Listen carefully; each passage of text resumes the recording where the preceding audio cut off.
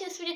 Today I'll be showing you how to make a Christmas snowflake. And this is 3D and you only need paper to do this. And you can do this in less than 10 minutes and it's super easy to do. Before we get started, make sure you guys like, subscribe and turn on your post notifications. And without any further ado, let's get started. So the first thing we need is a piece of paper. This can be any type of paper or card, but I'm just using plain paper. And you can have any size you want because we're going to change it later on. I'm just going to use half A4 paper because I'm going to try to be good for the planet.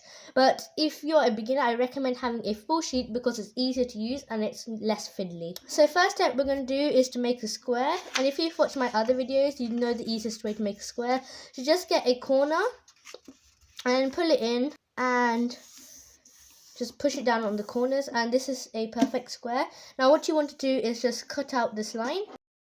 The next thing you're going to do is fold it back to its triangular shape, and then we're going to fold it again halfway, and then you just want to cut down 3 lines. So one's going to be here, here and here. A quick tip: when you're cutting it, you want to point the triangle the other side and then cut the line up here in straight lines to make it easier if you want. You want to make sure the lines are pretty straight and kind of equal, because if it's not equal then your snowflake will look weird. But you don't have to go and measure and everything unless you want to be really precise.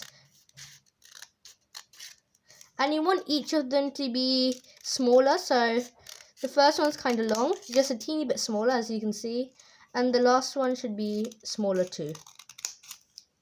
And at the end it should look a bit like this, and then open it to check if it's right. If it's not, just start it again, it's not a problem. So it should look like this.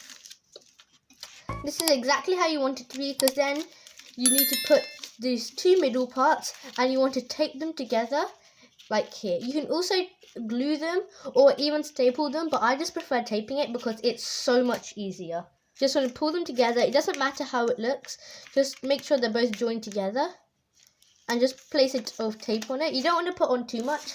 And then once you've done this, you want to go to the opposite side, which is basically the back. And then you want to join these 2 together. Once you've done this side, you want to go ahead and do the other side.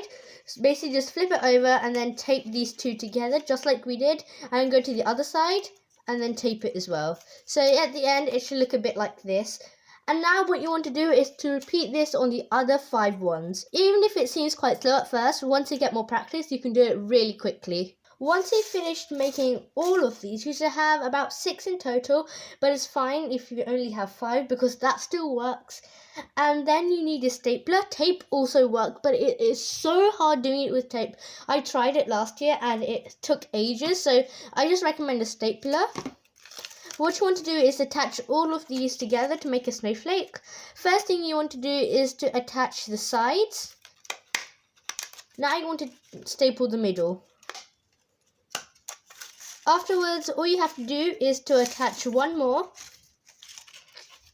So you're going to start off with the sides again and just staple it down.